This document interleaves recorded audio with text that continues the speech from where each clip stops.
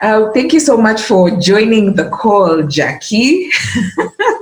Thank you. It's really, really nice to meet you here virtually. Thank you for joining the Cynthia Kimola family, cynthiakimola.com, where it's all about helping the youth to advance in their career, personal life, and self-development and education as well.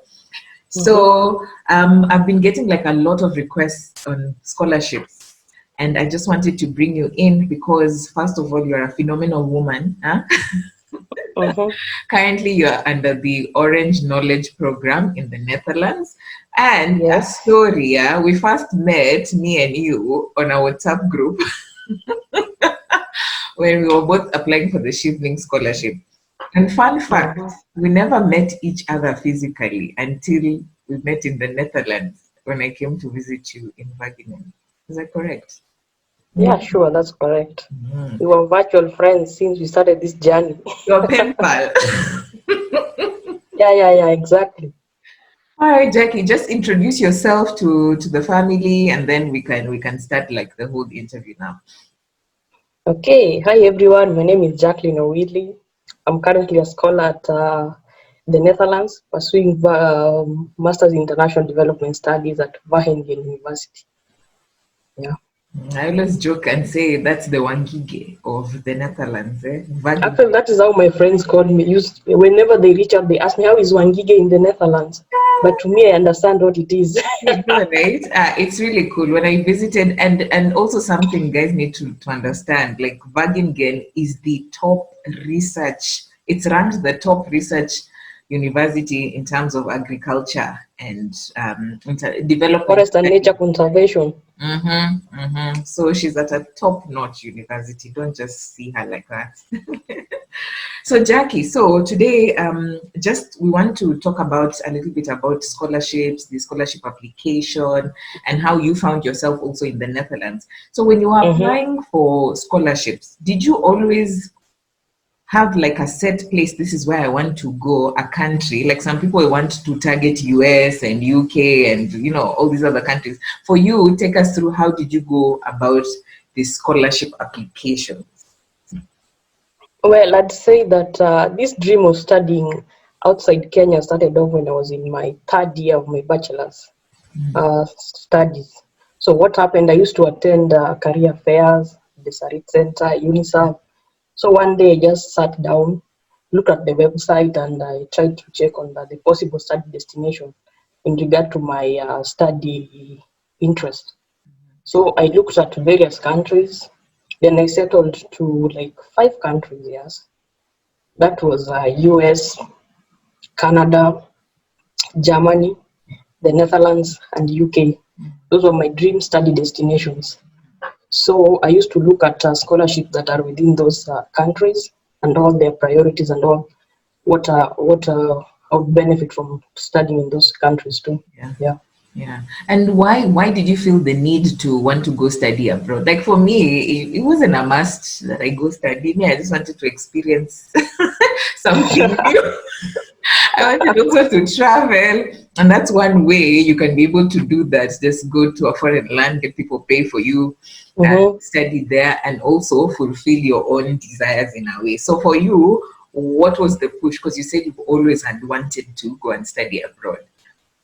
Yeah, I would say that for one, I wanted a new challenge, at least to have a new study experience outside Kenya. I've done all my studies right from the time I was born up to kindergarten, high school, university level. I studied in Kenya. I wanted a different education system, at least to challenge me further and think out of the box. Yeah. So that's why I ended up looking for scholarships, and I only wanted fully funded scholarships. Nothing below that. Yes. And this is very important to note, by the way, because this girl, like, so she's brilliant. So before we go into like how you went about it, just tell us, how many scholarships did you get in 2018? 2019.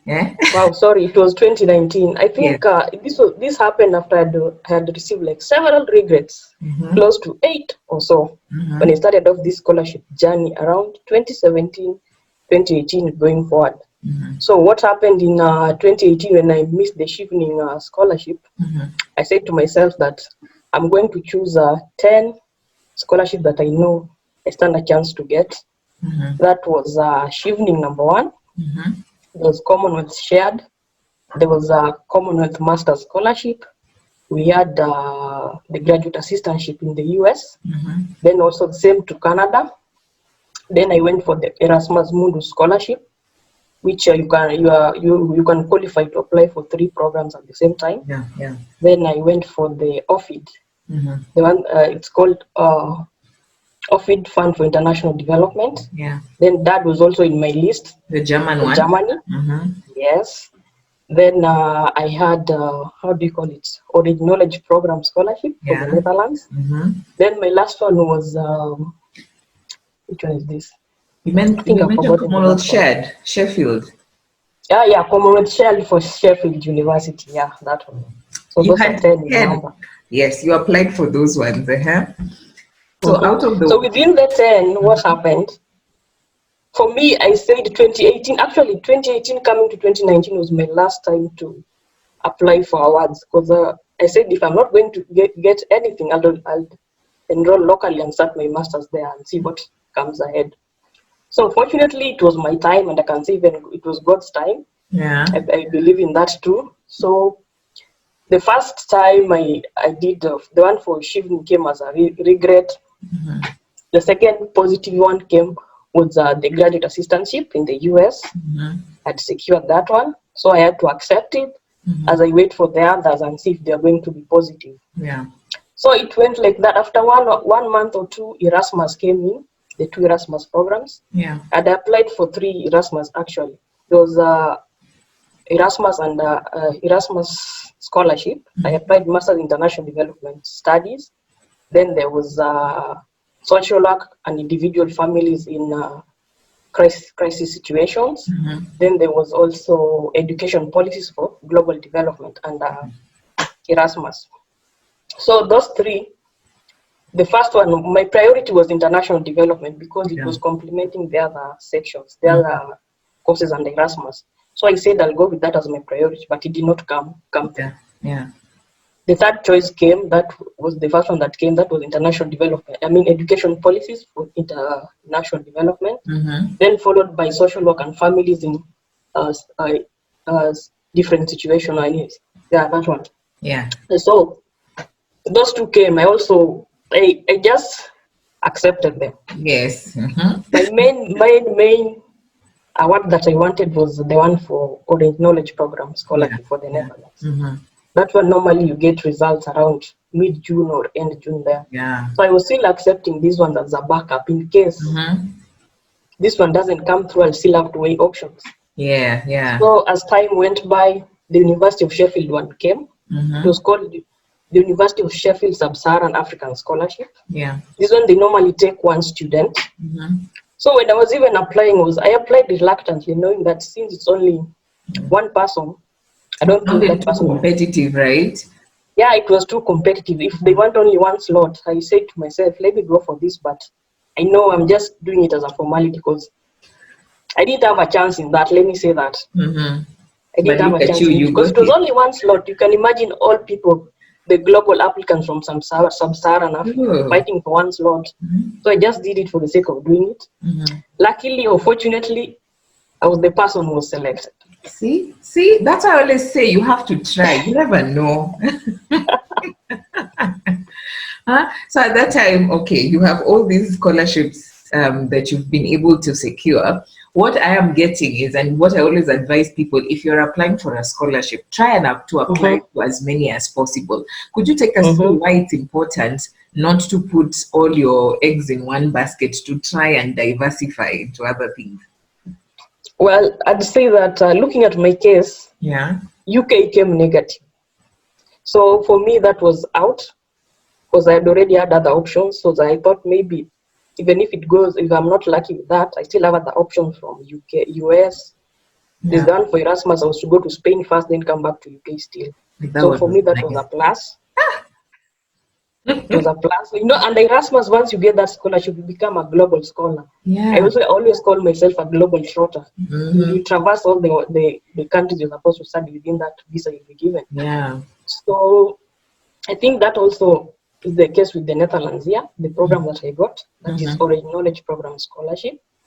So this one is offered under the Dutch government scholarship. Actually, it's like sister to Shivni. It's still offered by the Dutch government. Yeah. The terms are similar, but now they need people who have at least 2 years work experience and voluntary experience too, and also leadership experience. Yeah. I'd say that. So for me, looking at my CV and all those qualifications, and when I applied, I said to myself, I'd like to come to the Netherlands because it's also one of my dream destinations to travel and all that. Then again, I was fascinated with how the Dutch people are trying to manage their water system and all this. Now, having an idea that this country is built on a wetland or something. So that was one of my interests. Wanted to know how they control the water so that they cannot have any flooding disasters to affect their daily livelihoods, which I'm currently experiencing through other trainings and workshops I'm attending. I'm able to understand how they're managing their water system to avoid these disasters. Yes. Yeah. So it's all about managing your risks. Try to apply to as many scholarships as possible, because you'll win some, you lose some. Or in your exactly. You'll win you can't win everything. Sorry? Or in your case, you win many and then you just choose which one you want. Yeah, this time I was the boss lady choosing. The other times it used to be the other way around. Regret. So I was the one sending them the regret letter in a positive way. Though. Yeah. Yeah. And now tell us, because there are some people who have tried to apply for scholarships diligently, year in, year out, and they seem not to be able to just get the letter telling you congratulations. When we've applied for these things, when it doesn't start with congratulations, it starts with other things. Oh, there were so many people. You know how it will end. You just know, this one is not for me. How could you just encourage people who are applying but don't seem to get it? How did you try and push yourself to always just keep trying no matter what? Well, that's a good question. I'd say that the main thing is you have to be persistent in all these things. For me, I have a never give up spirit. No matter how hard the situation is, I'll keep going. Because I always take as a no as a next challenge or a next opportunity. You have to move on and keep on trying so long as you upgrade yourself in other areas. Yeah.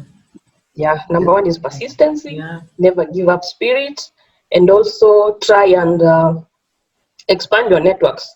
Now, you can even network with those people who've already received scholarships. They can be your mentors, so they'll be able to guide you on how these things are done. But the drive has to come from you. Don't just network and you sit to wait for that person to push you. It's you to push yourself to get it. Like my case, it reached a point I had to reach out to other people to try and guide me.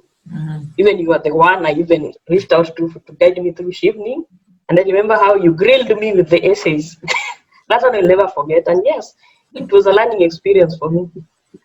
Yeah. It's true, by the way, because you find that some people give up. It's a mindset thing. First of all, if you start off with thinking this is something I will never get, it's just for certain people, you've already lost. And then you always have to try and try and try. Not everyone will get through the first attempt, right?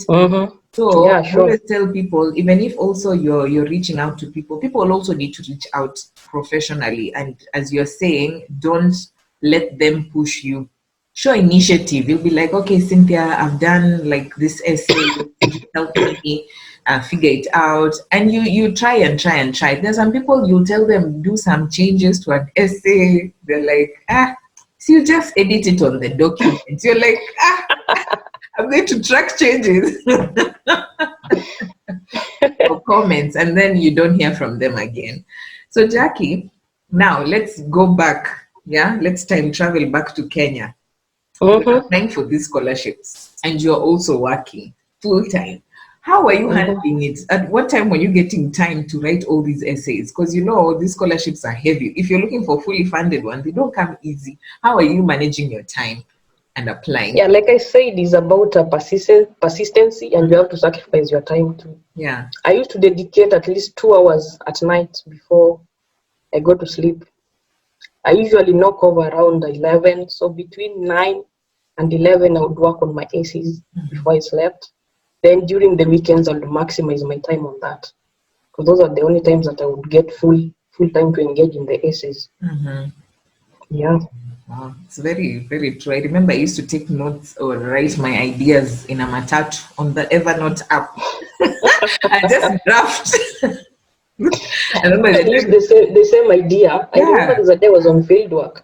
Something just popped up in my mind, and I just removed my phone and typed on my Samsung notes, yeah. whatever. Yeah. And then you send it to your email. Then you get home, you type it out, Mm-hmm. you flesh it out, making sure it's cohesive, and all that. Yeah, exactly. Yeah, But then again, it's all about working smart. true. Very Yes, you just true. have to work smart on these things. Because I don't think you were writing like the same essay, like different essays. It was just one standard essay you were having and customizing it for the different scholarships. Were you No, no, no, no, no, no. I had to change everything to suit the scholarship okay? So do you requirements. have to rewrite all essays completely? Yes, I had to, because there's no one shoe that fits all. I Mm-hmm. had to like restructure everything to fit their nitty-gritties and all that. Yeah. Wow. Okay, that's a Mm-hmm. good tip. If you're applying for different multiple scholarships, know what they're looking for and try and restructure the essays. Maybe what you're doing wrong is after you get a rejection, you're not even working on your essay again. You're just Yeah. sending the same one to the same Mm-hmm. place. How can we be able to use the networks we have around us, maybe through physical networks or social networks, to actually help people to Mm-hmm. propel or to know more about other scholarships they would not have known about? There's a day I was watching TV. Mm-hmm. Then, during these news bulletin times, there are those commercial breaks. So it appeared that there's an advert that passed there that UNICEF was having like an education study abroad expo. Yeah, So I looked at that. Actually, I took a screenshot when that thing was passing down there. yeah.